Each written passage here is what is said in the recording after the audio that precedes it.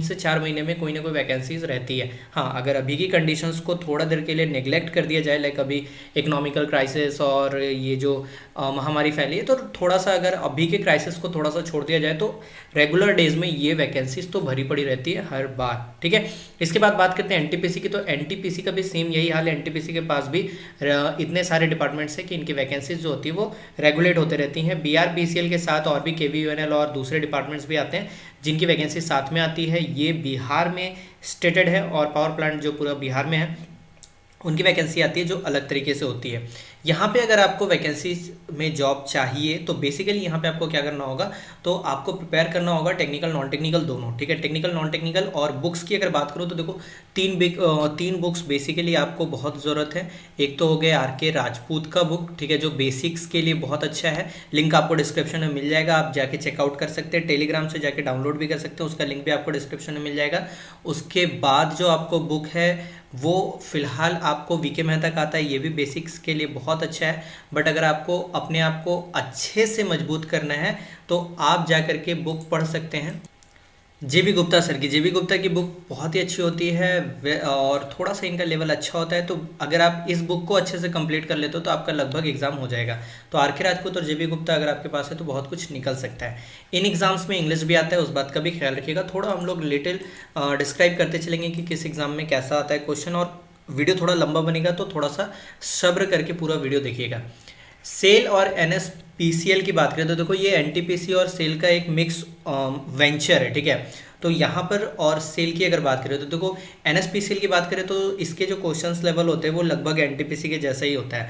But अगर cell की बात करें तो सेल के डिफरेंट यूनिट्स में जो क्वेश्चन का पैटर्न होता है वो डिफरेंट होता है। कहीं 60-40 होता है, कहीं पे 50-50 होता है। इसकी डिटेल की एक वीडियो मैंने बना के रखी है। सेल के जितने भी नए पैटर्न्स हैं, बहुत जगहों पर पैटर्न्स चेंज हुए हैं, वो जाकर के आप चेकआउट कर लीजिएगा। उसका लिंक आपको डिस्क्रिप्शन में मिल जाएगा, नहीं तो आई कार्ड पर मिल जाएगा, वहाँ पर जाकर के देख लीजिएगा। तो सेल के बहुत सारे यूनिट्स हैं और यहाँ पर जो वैकेंसीज होती है वो रेगुलर बेसिस पे होती थी। फिलहाल अभी इस साल 2-3 साल से थोड़ा सा डाउन है, बट हाँ अब इनकी वैकेंसी शुरू हो चुकी हैं। और लगभग पिछले साल की अगर बात करें तो ये लगभग अपने 3-4 जो यूनिट्स हैं उनकी वैकेंसीज निकाल चुकी हैं। ठीक है, वाइजैक स्टील हर साल वैकेंसी निकालता है और ये बहुत ही अच्छा है। बट यहाँ पे थोड़ा सा इलेक्ट्रिकल इंजीनियर्स की वैकेंसी कम होती है।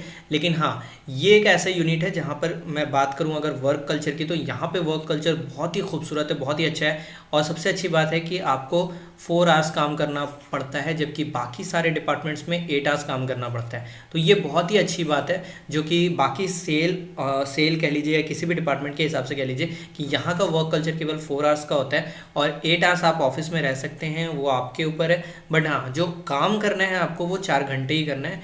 And this is the best part of Vizag steel. ठीक है, चलिए अब अगर बात करते हैं हम लोग आगे, तो देखो जितने भी स्पेस रिसर्च सेंटर्स हैं वहाँ पे इलेक्ट्रिकल इंजीनियर्स की रेगुलर वैकेंसीज आती रहती हैं। और ये वीडियो बनाने का मकसद बस इतना ही है कि बहुत सारे ऐसे जगह है जहाँ पे आपको पता भी नहीं होता और वैकेंसी आके निकल जाती है, तो आप रेगुलर चेकआउट कर सकते हैं इन वैकेंसीज को। लाइक अगर स्पेस रिसर्च ऑर्गेनाइजेशंस की बात करें तो HSFC जो कि नई यूनिट खुली है, यहाँ पे भी जस्ट वैकेंसी आई थी जिसका एग्जाम पोस्टपोन हुआ है। IPR जो कि अहमदाबाद में है, इनकी वैकेंसीज भी लास्ट ईयर आई थी। ये ऐसी वैकेंसीज है जो कि बहुत रेयर केस में हमें पता चल पाता है कि वैकेंसीज हैं भी। ठीक है, इसीलिए मैं बोलूँगा कि चैनल को सब्सक्राइब करके बेल आइकन दबा के रखना, क्योंकि ऐसे में आपको पता चलता रहेगा। VSSC LPSC एक कॉमन है जो कि लगभग हर साल वैकेंसी ला ही देता है। उसके बाद सतीश धवन, UR राव का भी वैकेंसी अभी आया था, URSC, IPRSC और सैक की वैकेंसी तो अभी आई थिंक कंटिन्यू है, तो ये भी आप देख सकते हो। ठीक है, तो ये सारे ऐसे डिपार्टमेंट्स हैं जहाँ पे की वैकेंसीज रेगुलर रहती हैं। और यहाँ पर आपको अगर प्रिपेयर करना है तो यहाँ पे बेसिकली जो क्वेश्चंस होते हैं वो टेक्निकल होते हैं, कुछ डिपार्टमेंट्स को छोड़ करके। इनके लास्ट ईयर की पूरी डिटेल मैंने बना के रखी है वीडियो, वो भी आप जाके चेकआउट कर सकते हो। यहाँ पे टेक्निकल क्वेश्चंस होते हैं। टेक्निकल क्वेश्चंस कहीं पे 60, कहीं पे 50, कहीं पे 70, ये डिपेंड करता है कौन सा ऑर्गेनाइजेशन का आप एग्जाम दे रहे हैं। बट यहाँ पे रिटन टेस्ट बहुत ज़्यादा वैल्यूएबल नहीं होता है। यहाँ पे जो मेन वैल्यू होती है वो होती है आपका इंटरव्यू की। और इंटरव्यू इनका बहुत ही खतरनाक टाइप का होता है। तो थोड़ा सा आपका अगर बेसिक्स अच्छा है, आपने थ्योरेटिकली कॉन्सेप्ट अच्छा बना के रखा है, तो आप इसकी वैकेंसी अच्छे से क्लियर कर पाओगे, इसके इंटरव्यू अच्छे से क्लियर कर पाओगे। अदरवाइज इशू होगा। ठीक है, चलिए नेक्स्ट जो हमारे पास है वो एटॉमिक एनर्जी के जितने भी रिसर्च ऑर्गेनाइजेशंस हैं वहाँ पर, यहाँ पर भी सेम इशू है। और मैं आपको बता दूँ, थोड़ा सा भूल गए थे, बट इसरो की जो सैलरी होती है वो अप्रॉक्सीमेटली जो बाकी लोगों को जो स्टार्टिंग में कुछ 35-36,000 हाथ में आता है, इसरो के वालों को 42 से 45,000 हाथ में आता है। तो इसरो की जो वैकेंसी है या जो सैलरी है दैट इज़ टू प्रीमियम। तो आप इसरो ज्वाइन कर सकते हो, इसरो का किसी भी पार्ट में, मतलब ISRO in the sense space research centres के किसी भी पार्ट में अगर आप ज्वाइन कर दो तो आपको सेम सैलरीज मिलने वाली है। वहीं अगर बात करें एटॉमिक एनर्जी सेंटर्स की, तो यहाँ पर तो सबसे अच्छी बात यह है कि 2 साल के ट्रेनिंग के बाद जो आपका पेमेंट होता है वो डायरेक्टली 44 to 45,000 हो जाता है, ठीक है। और ये चीज़ मुझे बेसिकली बहुत अच्छी लगती है इसकी, क्योंकि 2 साल तक आपको ट्रेनिंग, हाँ जिनको एक बात मैं बता दूं अभी भी कि जिनको भी पढ़ना पसंद नहीं है या जस्ट लाइक इसलिए पढ़ रहे हैं कि बस अब यार बहुत हो गया, मतलब एटॉमिक एनर्जी सेंटर्स से दूर रहना, ठीक है, क्योंकि 2 साल तो बहुत बुरी तरीके से पढ़ाते हैं एंड उसके बाद भी पढ़ाई कंटिन्यू रहती है, ठीक है। तो भाभा हो गया या IGCR हो गया, Raja Ramanna centre for advance technology की बात करें तो यहाँ पर भी क्वेश्चंस का लेवल जो होता है वो बहुत ही बेसिक्स होता है। इन एग्जामिनेशंस के जो क्वेश्चंस के लेवल होते हैं बहुत ही बेसिक्स होते हैं इंटरव्यू में, सॉरी रिटन में, बट इंटरव्यू जो इनका होता है वो बहुत ही ज़्यादा टफ होता है। तो इस बात का आप ख्याल रखेंगे और इन जगहों पे आप एग्ज़ाम देते रहेंगे। VECC बहुत कम वैकेंसी निकालती है, बट जब निकालती है तो बहुत सारे लोगों को पता भी नहीं चल पाता है, ठीक है। तो ध्यान में रखिएगा इसका। और AMD की वैकेंसी अभी जस्ट आई थी कुछ दिन पहले, और वहाँ पे भी वैकेंसीज रेगुलर रहती हैं। बाकी IGCR और भाभा जो है वो तो आपको पता ही है कि इसका जो सिलेक्शन होता है वो किस तरह से होता है। हाँ, डिफेंस सिविलियन जॉब्स की बात करें तो देखो, डिफेंस सिविलियन होना मतलब अपने आप में बहुत ही मज़े की बात होती है, क्योंकि डिफेंस ऑर्गेनाइजेशन में काम करने का एक तो गर्व, और ऊपर से आप सिविलियन हो तो आपको बहुत ज़्यादा फ्रंट फुट पे भी नहीं रहना पड़ता है, ठीक है। तो यहाँ पर जो पोस्ट हैं आर्मी, नेवी, ऑर्डिनेंस, इन तीनों जगह पे सेम पोस्ट कहलाता है चार्जमैन, ठीक है। तो चार्जमैन का काम बेसिकली क्या होता है, तो द सपोर्ट के जो भी रिसर्च चल रही हैं या फिर कुछ ऐसा ट्रेनिंग का काम है या सुपरवाइजरी का काम है, तो ये सारा कुछ काम देखते हैं आर्मी, नेवी और ऑर्डिनेंस के चार्जमैन्स, ठीक है। और यहाँ पर वैकेंसी वैसी होती है। अब अगर बात करें तो देखो, ऑर्डिनेंस में सबसे अच्छा क्या है कि यहाँ पे OT वगैरह मिल जाती है यहाँ पे, लेकिन वैकेंसीज बहुत ही रेयर आती हैं। बट आर्मी की भी सेम कंडीशन है, बहुत रेयर वैकेंसीज आती है। बट हाँ, नेवी की अगर बात करूँ तो नेवी रेगुलर वैकेंसीज देती रहती हैं for the post of chargeman, ठीक है। तो ध्यान में रखिएगा, ये साल में कम से कम 1 से 2 बार तो आई जाती है, डिफरेंट कमांड्स को अगर ऐड किया कर दिया जाए तो, ठीक है। तो अभी अगर बात करें तो नेवी की जस्ट वैकेंसी जो गई है NAI यूनिट की गई है, यहाँ पर बेसिकली 2 साल का एक्सपीरियंस मांगा गया था। बाकी जितने भी यूनिट्स होती हैं वहाँ पे एक्सपीरियंस नहीं मांगा जाता है, इस बात का ख्याल रखिएगा। तो फ्रेशर्स प्लस एक्सपीरियंस दोनों अप्लाई कर सकते हैं। DRDO की बात करें तो यहाँ पे पोस्ट आता है STA-B का, ये भी एक डिफेंस सिविलियन जॉब है। यहाँ पर जो पोस्ट होती है, सिलेक्शन प्रोसेस होती है, यहाँ पे 2 पेपर होता है। फर्स्ट पूरी तरीके से नॉन टेक्निकल होता है जिसमें मैथ्स, रीजनिंग, इंग्लिश, GK सब पूछा जाता है, एंड देन इसका एक टेक्निकल पेपर होता है जिसका लेवल थोड़ा अच्छा होता है, तो वो आप ध्यान में रखिएगा। BSF, JEE और SI, कुछ स्टेट्स में SI के लिए भी डिप्लोमा वालों को एलिजिबल रखते हैं, तो वहाँ भी आप अप्लाई कर सकते हैं। और ख़ासतौर पर जो BSF, JEE है वहाँ पर तो आप कर ही सकते हैं, लेकिन हाँ इनका जो सिलेक्शन होता है ये थोड़ा सा डिफेंस सिविलियन इनको आप नहीं कह सकते हो, ठीक है। ये अर्ध सैनिक बल के तौर पे आते हैं, तो इनको आप वैसा नहीं कह सकते हो, बट हाँ इसलिए मैंने इसका लिस्ट एक अलग रखा है। तो ये थोड़ा सा इनका सिलेक्शन प्रोसेस थोड़ा सा फिजिकल होता है, तो इस बात का ध्यान में रखिएगा।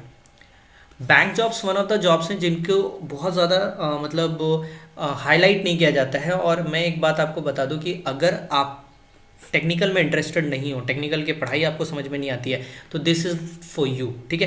क्योंकि यहाँ पे जो रिक्रूटमेंट होती है वो टेक्निकल नॉलेज के बेसिस पे होती नहीं है। यहाँ पे जो भी क्वेश्चंस होते हैं वो बेसिकली नॉन टेक्निकल क्वेश्चंस होते हैं। अभी बहुत सारे ऐसे लोग होते हैं जिनका 11-12 बहुत अच्छा होता है और उसके बाद वो डिप्लोमा में इंटर करते हैं, बट उनको मज़ा नहीं आता है, ठीक है। तो उनकी 11-12 वगैरह अच्छी है, प्लस अगर उनका मैथ्स, रीजनिंग, GK और इंग्लिश बहुत अच्छा है तो वो शांति से आकर के नोट मुद्रण डिपार्टमेंट में अप्लाई कर सकते हैं, यहाँ पे आपका अच्छे से हो जाएगा। उसी तरीके से SMPCIL के जितने भी यूनिट्स हैं इंडिया में, हर जगह जो क्वेश्चंस होते हैं वो लगभग साइंस के 11-12 लेवल के होते हैं, और बाकी मैथ्स, रीजनिंग, GK, इंग्लिश जो होता है वो आपका IBPS लेवल का होता है। तो इस बात का ख्याल रखिएगा, IBPS नॉर्मली इसका कंडक्ट कराती है exam. Bureau of Indian standard को यहाँ पे रखने का रीज़न ये है क्योंकि ब्यूरो ऑफ इंडियन स्टैंडर्ड वैसे तो बैंक जॉब्स नहीं है, बट जो इनका सिलेक्शन प्रोसेस होता है वो बैंक के जैसा ही होता है, टेक्निकल असिस्टेंट पोस्ट दिया जाता है, और यहाँ पे जो सैलरी होती है वो मतलब 40,000 के आसपास आपको हाथ में मिल जाती है। दिल्ली में इसकी पोस्टिंग बेसिकली होती है, वैसे इंडिया के कई स्टेट्स में है, बट बेसिकली जो पोस्टिंग होती है वो दिल्ली में होती है, और एक ऑफिशियल जॉब है, वाइट कॉलर जॉब है, तो आप इसको ज्वाइन कर सकते हैं। बाकी BIS के डिटेल सिलेक्शन प्रोसेस जानने के लिए आप वीडियो देख सकते हैं, उनकी वीडियोस भी बनी हुई हैं। एनआईटी और आईआईटीज़ के जॉब्स, लाइक एनआईटी के जितने भी यूनिट्स हैं इंडिया में वो सारे जॉब्स निकालते हैं, और जब एक बार निकालना शुरू करते हैं तो लगभग वो निकालते रहते हैं, और ये सर्कल्स इनका ऐसा चलता रहता है, ठीक है। तो अभी लाइक एनआईटी जमशेदपुर, एनआईटी में मेघालय, ऐसे करके ये जॉब्स अभी चल रहा था, शिलोंग, तो बहुत सारे जॉब्स आए हैं टेक्निकल असिस्टेंट पोस्ट के लिए। और इसमें खास तौर पे ये बात बहुत अच्छी है कि इसमें आईटीआई वाले पोस्ट में भी आप डिप्लोमा वाले अप्लाई कर सकते हो, डिप्लोमा वाले पोस्ट में भी आप अप्लाई कर सकते हो। तो कुल मिलाकर के आप दो तरह के जॉब्स में अप्लाई कर पाते हो, तो ये इसकी एक खास बात है। हालांकि इसका सिलेक्शन प्रोसेस थोड़ा सा अनोखा होता है, ये किसी को भी नहीं पता कि ये कैसे सेलेक्ट करते हैं नहीं करते, और इंटरनेट पे भी ऐसी कोई खास जानकारी नहीं है। पर्सनली मैं भी इसके बारे में कोई खास जानकारी नहीं निकाल पाया हूँ। पीएसयूज़ की बात करें तो लाइक गेल हो गया, सीआईएल हो गया, भेल हो गया और बेल हो गया, ये लोग रेगुलर वैकेंसीज निकालते हैं, बट फिलहाल अभी कुछ दिनों से इनकी वैकेंसीज डाउन है। सीआईएल की वैकेंसी अभी गई है फॉर बीटेक होल्डर्स, ठीक है। डिप्लोमा वालों की भी जॉब जल्द ही आ जाएंगी। बाकी रहेगी बात तो इन लोगों की वैकेंसीज आती जाती रहती हैं, यहाँ पर भी आप ट्राई कर सकते हैं, बट ऐसे जगहों पर ट्राई करने के लिए आपको टेक्निकल और नॉन टेक्निकल अच्छे से मजबूत रखना पड़ेगा। पेट्रोलियम कॉर्पोरेशंस की बात करें तो देखो ये लोग तो सबसे पहले डायरेक्ट रिक्रूटमेंट जो भी निकालते हैं, लाइक आईओसीएल की बात करें तो डायरेक्ट रिक्रूटमेंट जो भी निकालते हैं इसमें एक्सपीरियंस मांगते हैं, ठीक है। उसके बाद अगर मान के चलते हैं हाँ आपका रिटन एग्जामिनेशंस हो भी जाता है, तो आपको यहाँ पे चाहिए होता है बहुत ही अच्छा सा स्किल टेस्ट देना होता है, और जिस स्किल टेस्ट में बेसिकली ये पेट्रोलियम कॉर्पोरेशन लिमिटेड के बारे में बहुत सारा सवाल करते हैं, लाइक बॉयलर्स के बारे में एंड ऑल दैट। तो अगर आपने आईओसीएल, बीपीसीएल या एचपीसीएल के किसी भी यूनिट से आपने अप्रेंटिसशिप करके रखी है तो आपका आसान हो जाता है इन एरियाज़ में जाना। तो अगर आपका इंटरेस्ट है पेट्रोलियम कॉर्पोरेशन को लेकर के, तो सबसे पहले इनके जो भी अप्रेंटिसशिप प्रोग्राम है आप उनको ज्वाइन कर लीजिए, एंड देन उसके बाद इसको आप ले लीजिए, क्योंकि आईओसीएल और बीपीसीएल हो, एचपीसीएल हो, इवन ओएनजीसी, सॉरी टू मैंने ऐड नहीं किया, ओएनजीसी वगैरह भी बहुत अच्छे होते हैं। मेट्रो रेल कॉर्पोरेशंस की बात करें तो देखो मेट्रो रेल कॉर्पोरेशंस जितने भी हैं इन सभी में एक चीज़ कॉमन है जिनके वजह से सब इसको छोड़ते हैं, इनका इशू है इंग्लिश, ठीक है। English is the most important part कि अगर आप स्टार्टिंग के तीनों को देख ले, डीएमआरसी, एलएमआरसी और एनएमआरसी, तीनों के तीनों में ही 60 क्वेश्चन इंग्लिश के पूछे जाते हैं, और ये इसका सबसे बुरा पार्ट होता है एक टेक्निकल कैंडिडेट्स के लिए, ठीक है। अब बात करते हैं अगर बीएमपीआरसी और कोकन और ऐसे बहुत सारे, लाइक अभी एक बड़ी वैकेंसी आ सकती है क्योंकि पटना में एक मेट्रो रेल कॉर्पोरेशन यूनिट बैठ रहा है, पटना में भी मेट्रोज बैठ रही हैं, और मेट्रो पे बैठने के बाद जो वैकेंसीज आती है वो बहुत तगड़ी आती है। तो पटना में भी आने वाली है वैकेंसी, बहुत अच्छी हो सकता है स्टार्टिंग में आपको कॉन्ट्रैक्ट पे रखा जाए, देन आपको परमानेंट किया जाए, या फिर डायरेक्टली रिक्रूटमेंट परमानेंट किया जाए, या एक्सपीरियंस बेसिस पे, कुछ भी हो सकता है। इस बात का आप ध्यान में रखेंगे।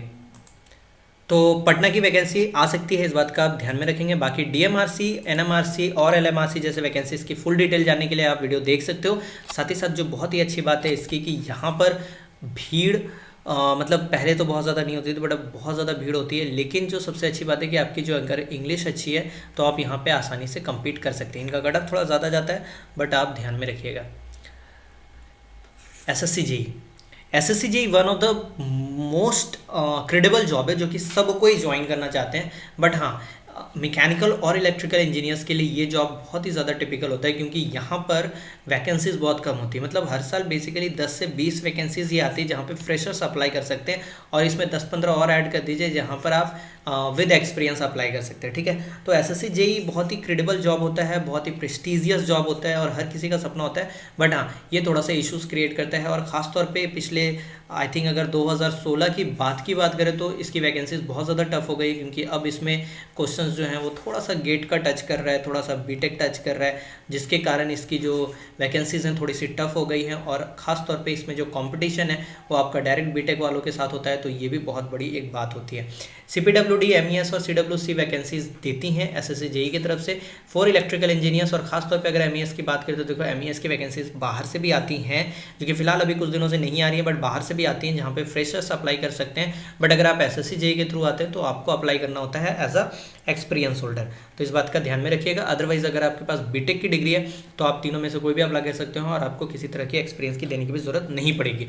साथ ही साथ बात करें फेस सिलेक्शंस की, तो देखो फेस सिलेक्शंस हर साल वैकेंसी निकालती है और बहुत बड़े पैमाने पे वैकेंसी निकालती है। यहाँ पे सिलेक्शन प्रोसेस बेसिकली पूरी तरीके से नॉन टेक होता है, और इस बात का आपको ध्यान में रखना है कि अगर आपका नॉन टेक्निकल अच्छा है और आपके पास एक्सपीरियंस है, यहाँ पे फ्रेशर्स की वैकेंसी थोड़ी कम होती है, बट अगर आपके पास एक्सपीरियंस है तो आप पक्का एसएससी जेई निकाल सकते हैं। और सिलेक्शन फेज़ का जितना भी मतलब फेज़ सिलेक्शन पोस्ट के जितने भी काम हैं ये बहुत ही ज़्यादा एडवेंचरस होते हैं, क्योंकि आपको घूम घूम के काम करना होता है। यहाँ पर आपको ऑफिशियल वर्क होता है, तो इस बात का आप ध्यान में रखेंगे। हालांकि यहाँ पे आपकी टेक्निकल स्किल बहुत अच्छे से पहचानी जाती है, क्योंकि 100 क्वेश्चन का तो रिटन में टेक्निकल होता है और उसके बाद सॉरी ऑब्जेक्टिव में टेक्निकल होता है, और उसके बाद जब रिटन क्वेश्चन आते हैं तो उनके भी लेवल बहुत अच्छे होते हैं। नेक्स्ट अगर बात करें रेलवे की, railway is the most powerful thing के जो कि यहाँ पे इंडिया में सबसे ज़्यादा एम्प्लॉय प्रोवाइड कराता है। हालांकि ये पिछले कुछ सालों से शांत था, पिछले साल इन्होंने अपनी वैकेंसीज कर ली हैं एलपी और आरआरबी जेई की, बट हाँ ये अब वैकेंसी 2 से 2.5 साल के बाद आएगा। तो अगर आप तब तक बैठना चाहते हैं या तब तक रेलवे आपका जॉब है, आप किसी छोटे जगह पे जॉब ले करके सेटल होकर के दूसरी जगह पे करना चाहते हैं, तो आप रेलवे की वैकेंसी ज्वाइन कर सकते हैं या वेट कर सकते हैं उसके लिए। उसकी प्रिपरेशन स्ट्रैटेजी की अगर बात करें तो देखो यहाँ पे क्वेश्चंस जो होते हैं वो मिक्स्ड टेक्निकल टाइप होते हैं और नॉन टेक्निकल क्वेश्चन बहुत ईजी होते हैं। हालांकि टेक्निकल क्वेश्चन भी बहुत ज़्यादा टफ नहीं होते हैं, ईजी होते हैं, तो वो आप एक बार चेकआउट कर सकते हो। अब अगर बात करते हैं स्टेट गवर्नमेंट की वैकेंसीज की, तो लाइक बिहार की अगर बात करें तो देखो Bihar one of the best employer है फॉर इलेक्ट्रिकल इंजीनियर्स, क्योंकि बीटीएससी हो गया, बीएसपीएचसीएल हो गया या यूडीएचडी हो गया। हालांकि यहाँ पे सबसे ज़्यादा वैकेंसी सिविल वालों की आती है, लेकिन सिविल वाले के बाद सबसे ज़्यादा जो वैकेंसी होती है वो इलेक्ट्रिकल वालों की होती है। अगर एक छोटे से एग्जांपल के थ्रू बताएं तो बीटीएससी में लास्ट ईयर जो वैकेंसी आई थी उसमें अप्रॉक्सीमेटली 70 to 100 सीट्स बीटीएससी में अवेलेबल था फॉर बिहार। तो ये बहुत ही अच्छी बात होती है यहाँ पर। और ख़ास तौर पे जो सबसे अच्छी बात है वो ये है कि यहाँ पर आपका किसी तरह का मतलब एक तरह से अगर बात करें यहाँ पे तो सिलेक्शन प्रोसेस आपका बहुत लेंदी नहीं होता है, तो ये आपके लिए एक बहुत अच्छी बात है। यहाँ पे नंबर के बेसिस पे भी सिलेक्शन हो जाते हैं। उत्तर प्रदेश की बात करें तो UPPCL is one of the मतलब बेस्ट है, जो कि डिप्लोमा इंजीनियर्स के बीच में बहुत ज़्यादा फेमस है। तो यूपीपीसीएल आप एक बार चेकआउट कर सकते हो। यूपीपीसीएल की तैयारी भी हम लोग जल्द कराएंगे, इनके टेस्ट सीरीज भी अवेलेबल कराएंगे, तो आप देख सकते हो। और उसी तरीके से यूपीआरवीयूएनएल भी है जो कि थोड़ा फेमस है, बट हाँ यूपीपीसीएल इज़ मतलब बहुत ही ज़्यादा फेमस है और हर एक इलेक्ट्रिकल इंजीनियर को इसके तरफ देखना चाहिए। वहीं अगर बात करें पीएसपीसीएल की तो यहाँ पर पंजाबी लैंग्वेज कंपलसरी रखा जाता है, बट हाँ ये भी बहुत ज़्यादा पॉपुलर है लोगों के बीच में, क्योंकि जो बंदा पंजाब से पढ़ा है या किया है वहाँ पे बहुत ज़्यादा सीट आती हैं, तो पीएसपीसीएल भी भर सकते हैं। राजस्थान की बात करें तो यहाँ पे राजस्थान और उत्तराखंड में जेई की वैकेंसीज आती है, जहाँ पर कि ऐसा कंफर्म नहीं है कि आपको वहाँ का होना ज़रूरी है या कुछ वैसा कोई रिजर्वेशन नहीं। यूआर कैटेगरीज में जितने भी होते हैं आप अप्लाई कर सकते हैं, कहीं पे कोई इशू नहीं है आपको। महाराष्ट्र की बात करें तो पहले डिस्कॉम जो था वहाँ पर बेसिकली पहले ऐसा था कि यहाँ पर मराठी कंपलसरी था, बट अब ऐसा नहीं है कि मराठी कंपलसरी है, तो आप यहाँ पर भी अप्लाई कर सकते हैं। ये भी बहुत ही अच्छी बात होगी। तो गाइज़ हम लोगों ने अप्रॉक्सीमेटली 50 प्लस 57 अप्रॉक्सीमेटली डिपार्टमेंट्स के बारे में डिस्कशन किया है, कहाँ पे वैकेंसीज आती है, कैसी आती है, नहीं आती है, वो आप एक बार चेकआउट कर लेना। और सारे जो लिंक्स होंगे इनके आप ध्यान में रखना कि ज्वाइन करना है तो यहाँ के जो भी चीज़ें हैं उनको ध्यान में रखना। इनकी वैकेंसीज रेगुलर आती रहती है, तो यहाँ पे जाके चेकआउट भी करते रहना। तो गाइस चैनल को सब्सक्राइब करके बेल आइकन दबा के रखिए। Thank you very much.